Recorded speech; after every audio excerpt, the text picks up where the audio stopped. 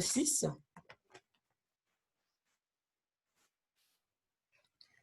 Donc Jean chapitre 6 au verset 16 jusqu'à 21. Donc Jean 6, verset 16 jusqu'à 21. Donc la parole nous dit ceci. Le soir venu, ses disciples descendirent au bord du lac. Ils montèrent dans une barque pour traverser le lac et se rendre à Capharnaüm. Il faisait déjà nuit et Jésus ne les avait pas encore rejoints. Le vent soufflait avec violence et le lac était agité. Après avoir ramé environ 5 kilomètres, ils virent Jésus qui marchait sur l'eau et s'approchait de la barque. Et ils eurent peur. Mais Jésus leur dit, « C'est moi, n'ayez pas peur. » Ils voulurent alors le prendre dans la barque et aussitôt, celle-ci aborda à l'endroit où ils allaient.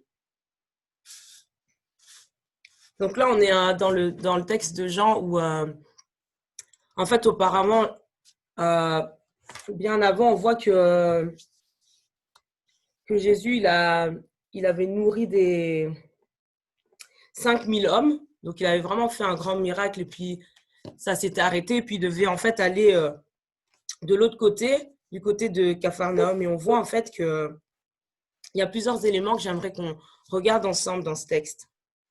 Tout premièrement, le premier élément, c'est qu'on nous indique un peu le contexte dans lequel ils s'en vont. Et ce contexte, c'est qu'il faisait déjà nuit. Donc, c'était le soir et voilà, le soir était venu, c'était la fin de la journée et ils devaient traverser. Et on nous indique aussi que Jésus n'était pas avec eux, mais qu'il devait les rejoindre. Et j'aimerais qu'on s'arrête là, en fait, dans ce texte, parce que j'ai vraiment eu ce texte à cœur cette semaine. Après tout ce qu'on peut traverser, toutes les situations, tous ces temps qu'on a eu ces derniers mois, mais aussi tout ce qu'on peut vivre tous les jours dans notre vie. On a beaucoup parfois, enfin, je ne vais pas dire beaucoup, mais souvent, on a un peu des moments un peu sombres où, en fait, clairement, il fait noir. Donc, il fait nuit. Et je ne sais pas si vous avez, pour les conducteurs, si vous avez déjà roulé sur l'autoroute, je veux dire en France, parce qu'en France, il n'y a pas de lumière, en fait, sur les autoroutes. Et on voit à peine la route devant nous, en fait. On voit juste un tout petit bout de route. Ce n'est pas très éclairé et on ne sait pas vraiment décrire à détail près ce qui se passe autour de nous. Mais si on a l'habitude d'avoir fait cette route en journée, on sait qu'il y a peut-être un arbre, des poteaux, des choses comme ça. On le sait juste naturellement. Mais visuellement, d'une manière visible, on ne voit pas exactement ce qu'il y a autour de nous. Ce n'est pas en détail. Et quand j'ai lu ce texte, je me suis étonnée parce que je me suis dit, c'est les disciples de Jésus.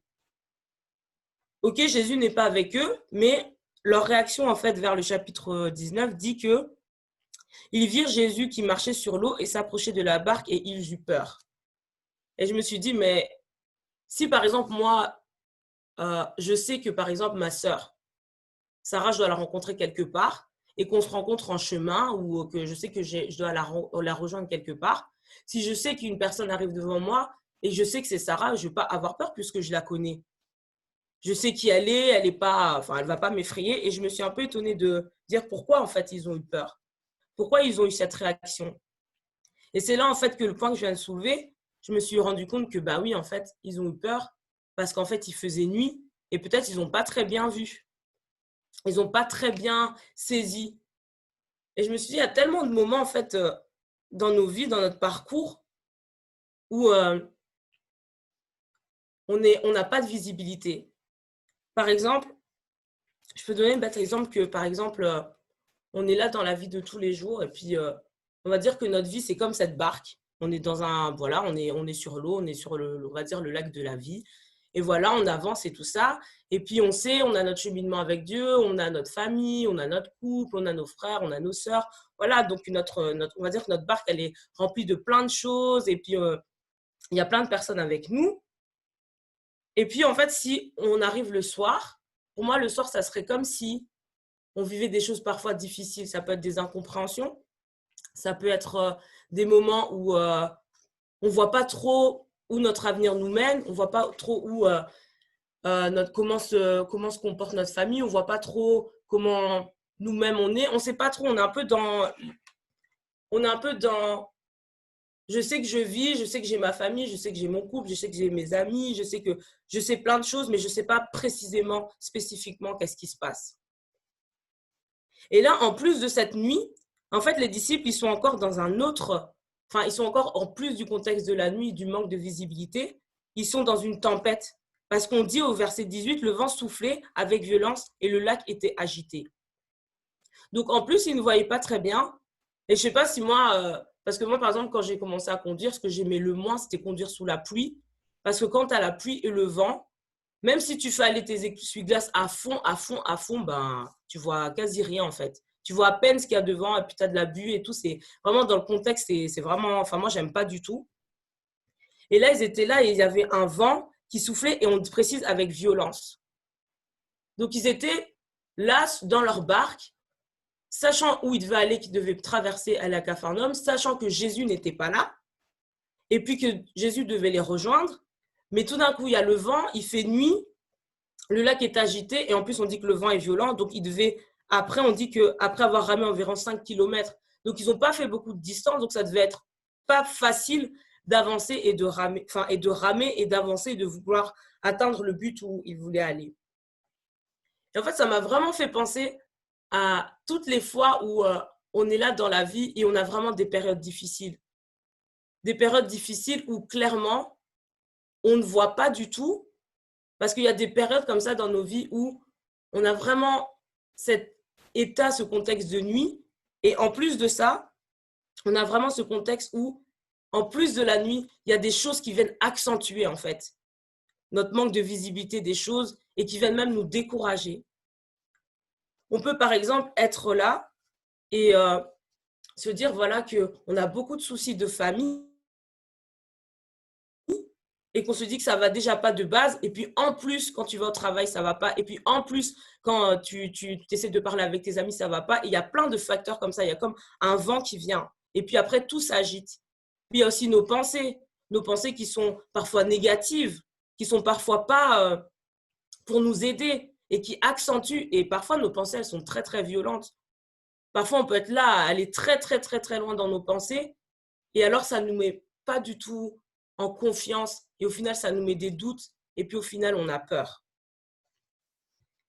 Et je me suis rendu compte que moi, ça m'arrivait souvent. Ça m'arrivait souvent que quand j'étais pas dans une période vraiment bien, bah, j'avais vraiment tout ce mécanisme qui s'activait. Et c'était parfois difficile. Et pourtant, je me disais à moi-même, mais Ingrid, tu sais que Jésus va te rejoindre à un moment. Tu sais qu'à un moment donné, bah, Jésus va arriver. Enfin, dans ta détresse, dans toutes ces choses, tu connais tellement de versets qui t'expliquent que voilà, toute chose concourt au bien à celui qui craint l'Éternel, Jésus sera là jusqu'à la fin et tout ça, et tu peux te les répéter dans ces moments-là, mais c'est comme si tu n'avais pas de visibilité en fait.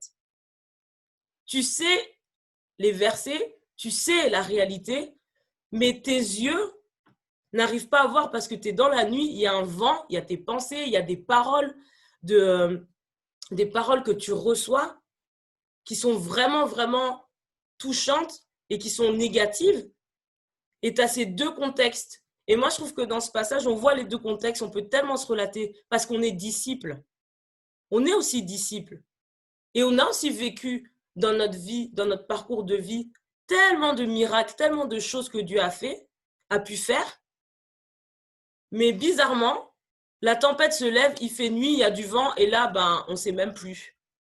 On ne sait même plus au point qu'on ne sait même plus reconnaître Jésus. Et moi, j'avais tellement de mal parce que je ne sais pas si ça vous arrive ou à moi, vraiment, vous êtes. Peut-être que ça ne vous arrive pas, vous êtes trop parfait. Mais j'ai eu tellement de temps où euh, j'ai vraiment une lutte dans ma tête où je me dis, je sais que Jésus va me rejoindre, mais là, franchement, ça souffle trop fort. Et est-ce que c'est même possible qu'il puisse me rejoindre? Du coup, qu'est-ce qui se passe? C'est que j'y songe même plus au fait que Jésus pourrait me rejoindre. Et là, je commence à ramer mes 5 kilomètres, mais je sens vraiment passer mes 5 kilomètres. Et j'essaye d'avancer. Et je me dis, peut-être que si je fais ça, peut-être que si je fais ça, peut-être que si je m'arrête, j'essaie de trouver des solutions par moi-même. Mais pourtant, comme les disciples, parce que si il nous est écrit que Jésus ne les avait pas encore rejoints, c'est que sûrement il leur a dit, je vais vous rejoindre, vous partez à l'avance. Donc il y avait une promesse. Pourtant, chacun de nous, nous connaissons la promesse qu'on a en Jésus-Christ. Nous connaissons les promesses de la parole, nous connaissons beaucoup de choses, mais parfois, on a vraiment des doutes. Et c'est des moments très difficiles. Savoir la vérité et douter, c'est très difficile. Du coup, je me suis dit, bon, c'est vrai que ce petit bout d'histoire-là, de ces quelques versets, ça me fait vraiment repenser à plein de moments. Et je me suis dit, c'est incroyable parce que j'ai pu tellement relater tous ces moments. Je me suis dit, il y a quand même eu pas mal de moments. Mais je me suis dit, sans ces moments, on ne peut pas non plus voir la gloire de Dieu. On ne peut pas non plus avoir cette certitude sur les promesses de Dieu. Et j'aimerais vraiment vous encourager à vous dire que Dieu nous promet toujours d'être là. Il nous a promis sa présence au travers du Saint-Esprit, qui est vraiment cet ami qui est à côté de nous. Et il nous a promis qu'il sera là jusqu'à la fin. Mais alors, ce qui m'a fait rire, c'est que toutes ces promesses demandent tout un processus et demandent une attente. Même si parfois, là, on ne le voit pas, mais en fait, j'ai l'impression qu'on participe en tant que lecteur à l'attente que les disciples ont eue entre je vais vous rejoindre, partez, traversez, je vais vous rejoindre. Et toute la traversée pour moi, avec le vent, avec la tempête, le lac agité, c'était vraiment le temps d'attente. Et je me dis, parfois, on est là, on reçoit des promesses, on se dit, voilà, je vais monter sur cette barque de la vie. Ça peut être des promesses par rapport au couple. Hein. Par exemple, on se marie et puis on se met dans la barque du mariage et puis on dit, voilà, ça va aller, on va traverser ce fleuve tranquillement. Et puis on a des agitations et on doit attendre le secours de Dieu. On doit attendre que Dieu arrive dans ces moments de tempête. Et parfois, c'est difficile dans l'attente parce qu'on a des craintes. On commence à voir que les vagues commencent à augmenter. On voit que le vent commence à souffler fortement. Et on voit parfois que notre barque n'a pas l'air si solide et que ça semblera un peu compliqué de traverser. Mais pourtant, Jésus nous promet encore, et comme dans ce texte, qu'il va nous rejoindre. Ça peut être dans nos familles, où on voit nos familles, ça peut être les parents par rapport aux enfants, on voit les enfants, comment ils grandissent, leurs choix personnels, et on est un peu effrayé. On se dit, est-ce que cette traversée va aller pour sa vie? Est-ce que ça va aller? Mais pourtant, là encore, Jésus nous dira encore qu'il va nous rejoindre. Mais entre-temps, c'est tellement difficile de traverser parce qu'il y a la réalité. Et bien souvent, notre réalité doit devenir la vérité de la parole de Dieu. On doit vraiment avoir ce fait que, quelle est ta réalité? La réalité est que le vent souffle, que le lac est agité, mais la réelle vérité, c'est que la parole de Dieu, elle est là et elle nous fortifie et elle solidifie notre barque. Elle solidifie, elle sécurise notre traversée. Et c'est assez impressionnant qu'on semble que c'est des choses basiques, mais pourtant, quand on est dans la tempête, ça ne semble pas un basique du tout. Ça semble comme quelque chose de très lointain. Mais pourtant, la vérité, c'est que la parole de Dieu, elle est vivante et que Dieu anticipe beaucoup, beaucoup de choses pour pouvoir nous faire comprendre que tu as peut-être des difficultés relationnelles avec les gens. C'est souvent la tempête. Tu as des relations, des amitiés. C'est difficile, même les relations entre frères et sœurs, c'est difficile. On se parle, on essaye, mais au final, ça finit en tempête, en vent. Et là, tu te rends compte que tu es bien tout seul dans ta barque, mais tu voudrais avoir d'autres personnes, tu voudrais avoir ces relations avec toi. Mais il faut attendre que le vent s'apaise, il faut attendre que Jésus nous rejoigne. Et parfois, c'est très, très difficile. Et par la suite, je me suis vraiment rendu compte qu'il y a beaucoup d'encouragement. Parce qu'au final, ils virent Jésus. Donc au final, c'est que la promesse a bien été, mais vraiment, vraiment bien été réalisée. Jésus les a bien rejoints. Et j'ai rigolé parce que je me suis dit, normalement, la suite dans ma tête, c'est ils virent Jésus et ils furent heureux, et puis ils arrivèrent à Capharnaüm, mais en lisant la suite, c'est pas du tout ça. Ils virent Jésus qui marchait sur les eaux et s'approchait de la barque et ils eurent peur.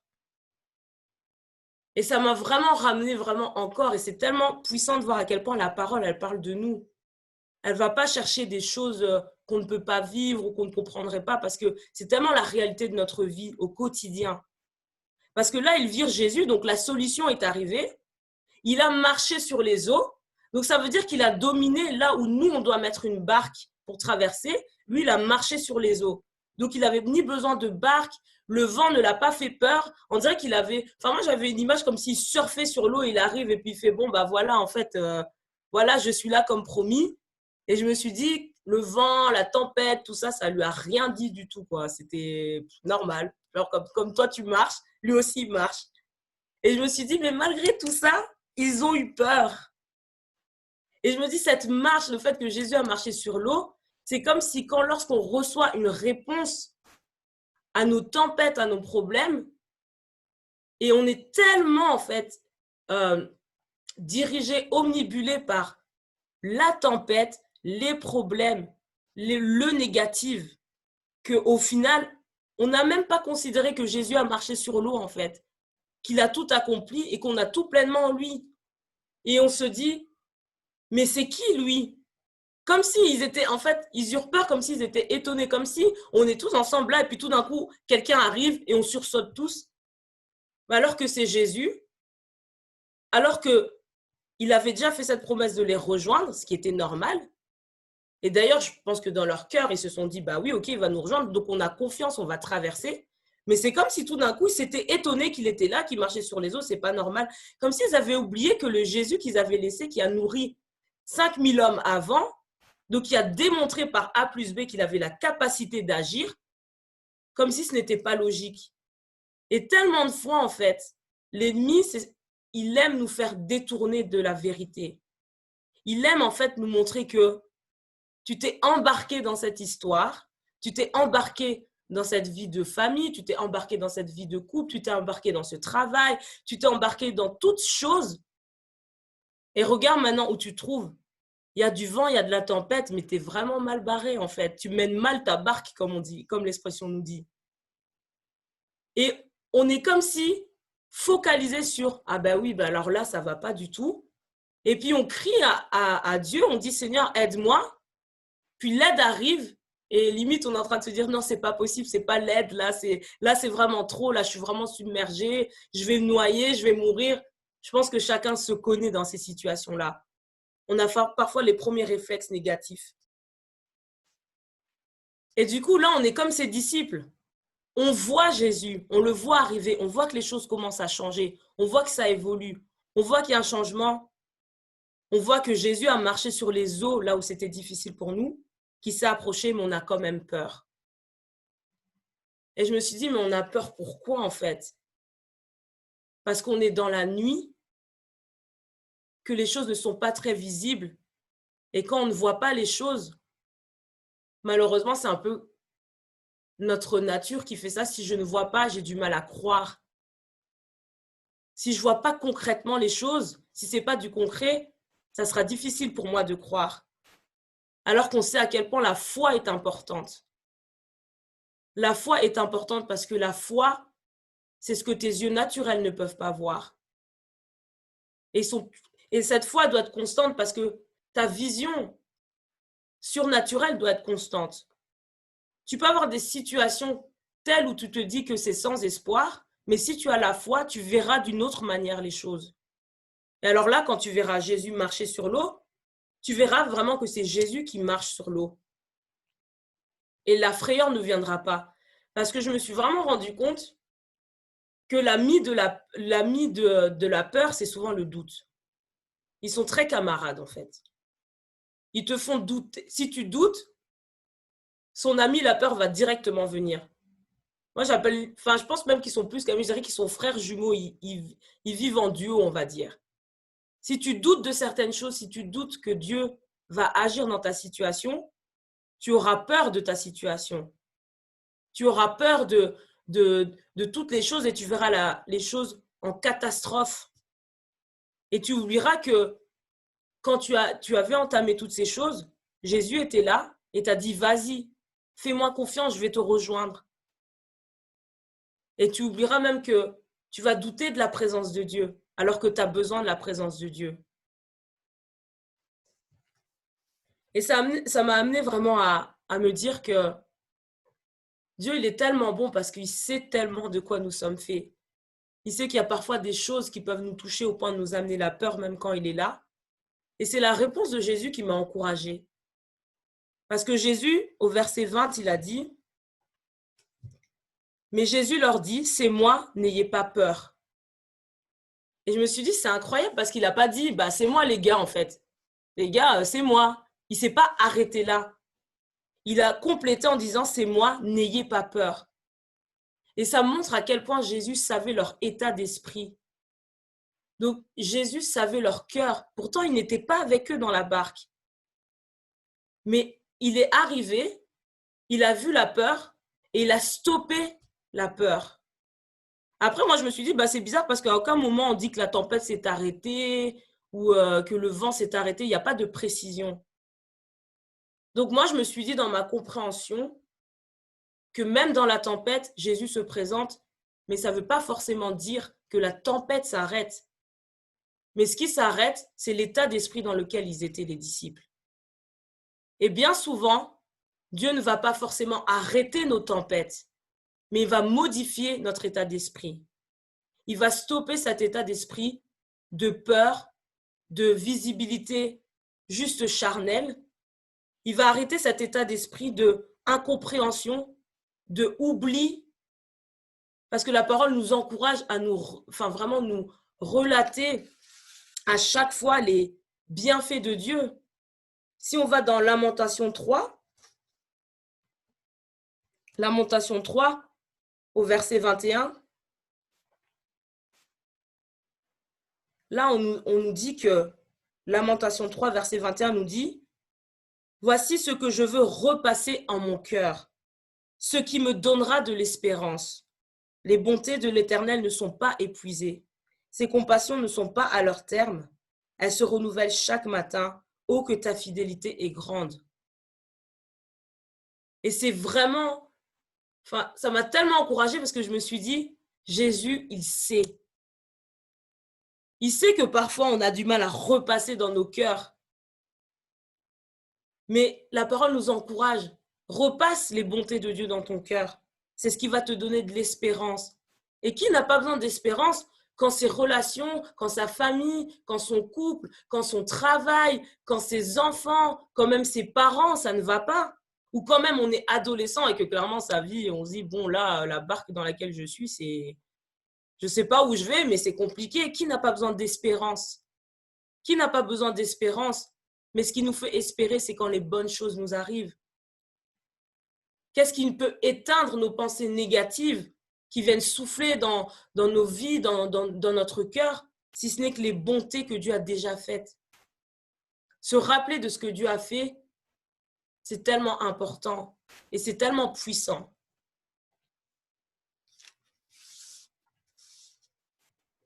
Et là, dans cette présentation simple de cette phrase que Jésus dit aux disciples, « C'est moi, n'ayez pas peur », comme je l'ai dit auparavant, il a totalement cerné, compris le cœur. Combien il a totalement compris nos cœurs. Je ne sais pas dans quelle barque vous êtes ce matin, si c'est une barque qui est en train de filer paisiblement sur un lac et que tout se passe bien, ou que vous pouvez me dire, bon, bah Ingrid, ma barque personnelle va bien, mais la barque de mon couple va mal, ou la barque de ma famille, ça va pas, ou la barque de mes enfants, ça va pas. Tout le monde connaît un peu comment on est en train de naviguer sur la vie. Mais tout ce que je peux dire, c'est que Dieu, il sait. Il sait tellement que il va vraiment vous dire, mais en fait, qu'importe les tribulations, qu'importe les tempêtes, bah c'est moi, n'aie pas peur. N'aie pas peur, en fait. Ne te conditionne pas à vivre de pire en pire, mais conditionne-toi à savoir que moi, je sais. Moi, je sais ce que tu vis. Je sais la manière dont tu le vis. Je sais ce qui te blesse. Je sais qu'il y a des situations que ça fait très, très, très longtemps. Et tout ça, je sais. Je sais que tu ne vois pas, justement, à cause du temps qui passe, cette tempête qui s'arrête. Mais au milieu de la tempête, même avec le vent qui souffle, avec tout ce qui souffle, n'aie pas peur parce que je suis là.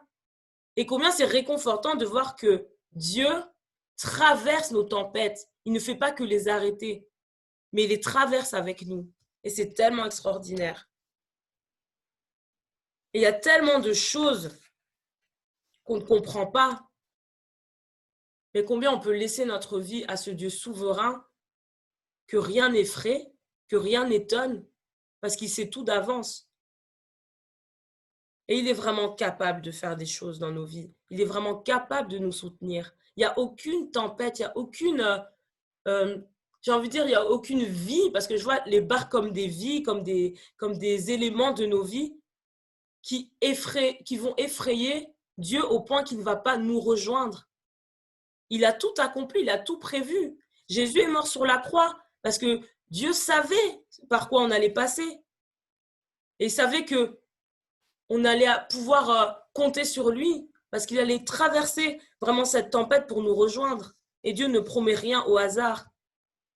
S'il le dit, c'est qu'il va le faire. Et rappelez-vous, dans vos vies, Dieu a déjà fait plein de choses. Il y a tellement de choses qui sont le reflet de la fidélité de Dieu dans nos vies. Et par la suite, on voit la suite que là, il dit, voilà, c'est moi, n'ayez pas peur.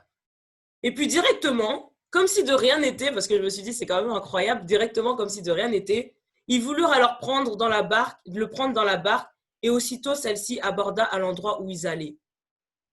Et on a l'impression que c'est instantané. C'est moi, n'ayez pas peur, directement, c'est comme si c'était réveillé de quelque chose. Ah bah oui, c'est Jésus, bah oui, on va le prendre dans la barque. Bah oui, c'est logique. Et c'est comme si tout l'étonnement, toutes les choses ont été complètement balayées à cause d'une seule phrase de Jésus qui a ciblé le problème. Et c'est comme si ça a apporté un déclic et une réponse directement. Et alors, ils voulurent le prendre dans la barque. Et je me suis dit, ils se sont rendus compte que Jésus, il n'était pas dans la barque. Et plein de fois, nous, on se rend compte que quand Jésus n'est pas dans la barque, c'est la panique totale. On se dit, oula, moi, je suis là, Jésus n'est pas là. Et ça m'a fait tellement penser que on doit tellement rester constamment dans la présence de Dieu. Parce que si tu es constamment dans la présence de Dieu, tu te rendras compte que tu n'as pas besoin que ça soit physique, de tout le temps ressentir quelque chose. Mais si tu es dans la présence de Dieu perpétuellement, continuellement, même quand les choses sont difficiles, tu sais que non, Dieu, il est avec moi.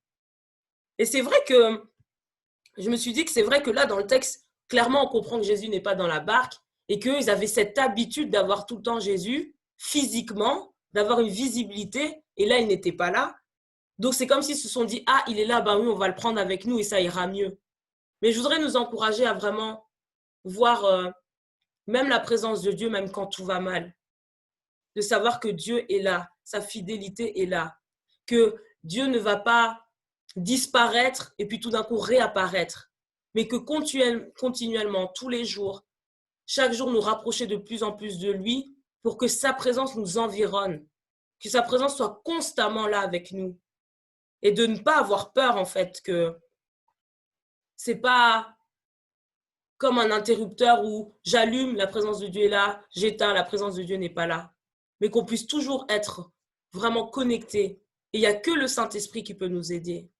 Il n'y a que la communion avec le Saint-Esprit qui peut nous aider vraiment à toujours avoir cette attitude que même si je ne vois rien, même si ce n'est pas comme moi je pense, comme moi je vois, mais Dieu est présent. Et de pouvoir proclamer que Dieu est présent dans toutes les circonstances. Dieu est présent dans ma famille, Dieu est présent dans mon couple, Dieu est présent dans mes relations avec les gens de ma famille, avec les gens au travail. Dieu est présent dans mon église. De pouvoir le proclamer afin de ne pas se retrouver à se dire « Ah, Jésus est là, vite, je le mets dans ma barque. » Parce que le Saint-Esprit qui est au-dedans de nous, c'est la présence de Dieu. Cultivons cette présence de Dieu, cultivons notre relation avec le Saint-Esprit pour vraiment voir des changements. Et on se rend compte après tout simplement que en même pas un espace de temps, même si la traversée était longue, même si nos attentes sont longues, on se rend compte qu'ils sont bien arrivés au bon endroit. Et que c'est arrivé assez vite, on a l'impression. On a l'impression qu'en fait, Jésus arrive, que ce n'était pas une si longue traversée. Mais je sais que combien c'est long quand on est en train de traverser. et qu'on se dit, mais je vais jamais y arriver. Mais faisons confiance à Jésus qui nous a donné cette promesse d'être là avec nous, qui nous a donné le Saint-Esprit pour vraiment nous permettre de traverser les choses, nous donner la capacité. Et en un instant, en un clin d'œil, on se rend compte qu'on a l'endroit prévu. On se rend compte que les faiblesses qu'on avait dans nos familles, dans nos relations, à notre travail, commencent à diminuer. Et on arrive en fait à cet endroit prévu. Parce qu'on a vu la fidélité de Dieu. Et j'aimerais vraiment vous encourager que même si c'est sombre, même si vous êtes dans la nuit, n'oubliez pas qu'on est des lumières. Et que vraiment, le Saint-Esprit, c'est celui qui nous éclaire au-dedans de nous et qui va éclairer notre extérieur. Et j'aimerais qu'on lise en Jean 8, 12.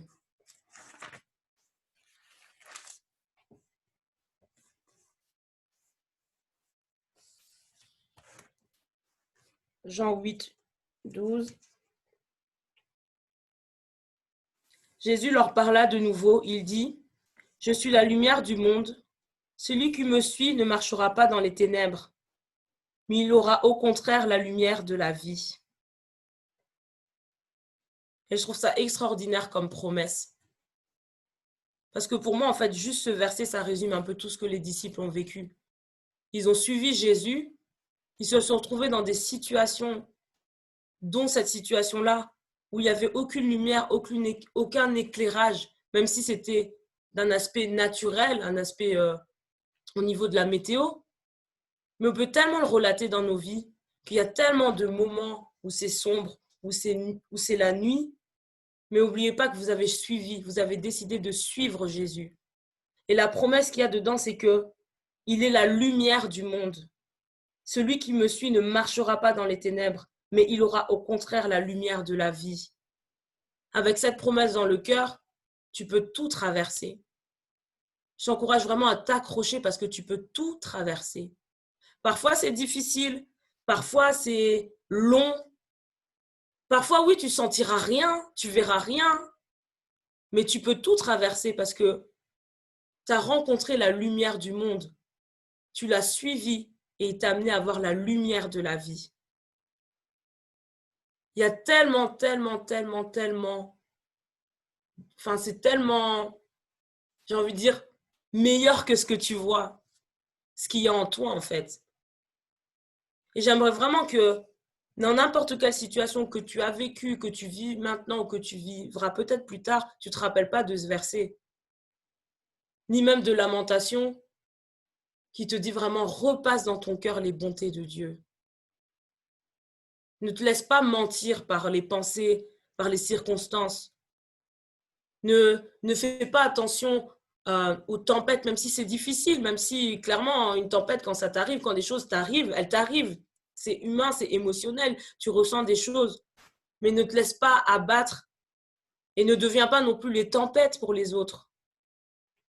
Ne deviens pas la pénombre pour les autres. Sois la lumière de la vie.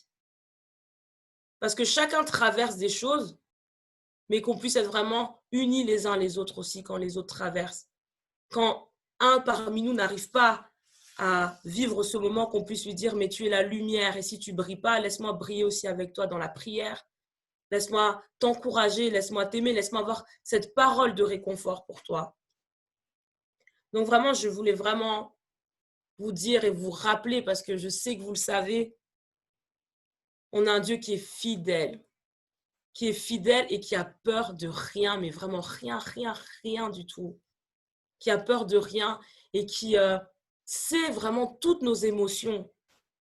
Il nous a créés, donc il sait les angoisses, les peurs, les craintes, le doute. Il sait même quand on traverse les tempêtes, même quand on crée nous-mêmes les tempêtes, il le sait, il le sait, il le sait, il le sait. Et c'est ce qui rend vraiment Dieu puissant, extraordinaire, et que je veux vraiment vous encourager à ne pas vous décourager. Ne vous découragez pas, ne craignez rien et laissez Dieu vous montrer qu'il est fidèle et qu'il va vous rejoindre. Et si vous a déjà rejoint, continuez à parcourir avec lui, continuez vraiment à lui faire confiance. Et il y a vraiment une chose que j'ai vraiment appris ces derniers temps, c'est que parfois on croit qu'on peut tout gérer, qu'on peut tout faire et qu'on a une bonne relation, que voilà, je prie, j'ai ma bonne relation avec Dieu, j'écoute le Saint-Esprit et normalement ça devrait aller. Mais je me suis rendu compte vraiment que il y a certaines choses que Dieu permet pour qu'on apprenne parce qu'on n'est jamais arrivé, mais surtout parce qu'il a vraiment besoin de nous faire comprendre qu'il nous soutient. Et que c'est pas parce que tout se passe bien, qu'on fait toutes les choses bien, entre guillemets, que rien ne va nous arriver. Et des fois, Dieu se plaît à nous rappeler que c'est moi le souverain, c'est moi qui suis Dieu. Donc, confie-toi en moi. N'aie pas trop confiance en toi, mais confie-toi en moi. Et ça, personnellement, moi, ça m'encourage beaucoup de savoir que Dieu veille aussi sur ma marche, me responsabilise et derrière ses promesses et sa parole. Donc, je vais vraiment vous encourager, qu'importe les situations dans n'importe quel domaine, Dieu donne la sagesse. Et je pense qu'il y a beaucoup de sagesse dans ces versets. Il y a beaucoup d'encouragement. Il y a beaucoup de force, oui, je vais dire. Il y a beaucoup de force. Et,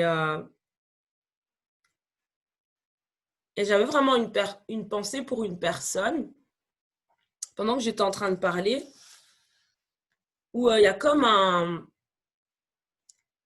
si tu te disais, j'ai prié et j'ai essayé en fait. J'ai fait des choses et ça fonctionne pas en fait. Et ça fait longtemps moi que je suis sur cette barque-là et franchement personnellement, je sais que Dieu va me rejoindre, je sais que Jésus va me rejoindre, mais ça fait quand même longtemps que je traverse cette chose-là. Et le Seigneur voudrait vraiment t'encourager à te dire que il a tout mis en place, toutes les choses sont en place, toutes les choses sont là devant toi et veut vraiment t'encourager à persévérer dans la prière, mais pas dans la prière ah Seigneur, sauve-moi de cette situation, mais d'être dans une prière de reconnaissance. Merci parce que malgré toute cette situation qui dure, tu m'as tellement aidé auparavant et de pouvoir vraiment avoir de la reconnaissance. C'est vraiment une prière de reconnaissance, reconnaître Dieu dans tout ce qu'il a fait avant. Et tu verras vraiment que ça va changer vraiment toute ta vision. Et Dieu s'occupe de toi, en fait. Parce que vraiment, quand je parlais, il y avait vraiment comme on sent que oui, c'est lourd, mais Dieu prend soin de toi et Dieu prend soin de tous ses enfants. Il n'y a aucun enfant qui a été oublié. Mais vraiment, prie, sois reconnaissant ou reconnaissante. Et oublie pas les bienfaits qu'il a fait parce que c'est le même Dieu. Et il n'a pas changé. J'ai juste prié. Seigneur, merci pour ta fidélité et ton amour, Seigneur. Merci parce que c'est vrai que, Seigneur, on vit des choses parfois difficiles, parfois longues. Mais Seigneur, nous voulons vraiment nous remettre entre tes mains, Seigneur. Nous voulons remettre, Seigneur, nos familles. Nous voulons remettre, Seigneur, toutes les personnes qui sont chères à nos cœurs. Nous voulons remettre tous les couples de l'Église. Nous voulons remettre tous les enfants, les parents, toutes les relations. Seigneur, et nous voulons vraiment te dire, Seigneur, que tu es celui qui agit au bon moment, Seigneur. Seigneur, que nos cœurs s'attendent à toi, que nos cœurs soient vraiment dirigés vers toi, Seigneur, que on n'oublie pas, Seigneur, que tu nous as donné, Seigneur, de briller, d'être lumière, Seigneur, dans les ténèbres. Seigneur, même dans les ténèbres de nos vies, Seigneur, viens briller, viens nous faire briller par ton esprit. Seigneur, fortifie-nous, Seigneur. Rends-nous capables, Seigneur, d'être forts, Seigneur, quand toutes les circonstances nous révèlent le contraire, Seigneur, de ta parole. Seigneur, que notre réalité devienne ta vérité, la vérité de ta parole. Seigneur, que tu puisses agir dans toutes les circonstances de chacun de mes bien-aimés, Seigneur. Agis, Seigneur. Que, Seigneur, tu puisses parler au cœur, que tu puisses ouvrir les yeux, que tu puisses leur rendre, Seigneur, capable, Seigneur, de voir ta main qui agit. Seigneur, merci pour tes promesses et pour ta fidélité, Seigneur. Seigneur, tu n'es pas un menteur, Seigneur. Tout ce que tu dis, Seigneur, tu l'accomplis. Seigneur, accomplis vraiment, Seigneur, ta parole dans nos vies, dans le nom puissant de Jésus. Amen.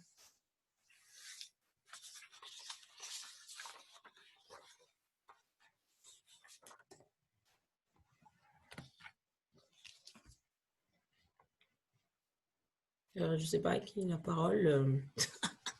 Voilà. J'ai fini. On cherchait à ouvrir le micro. Je vais te donner la parole, papa. C'est fait. OK, merci.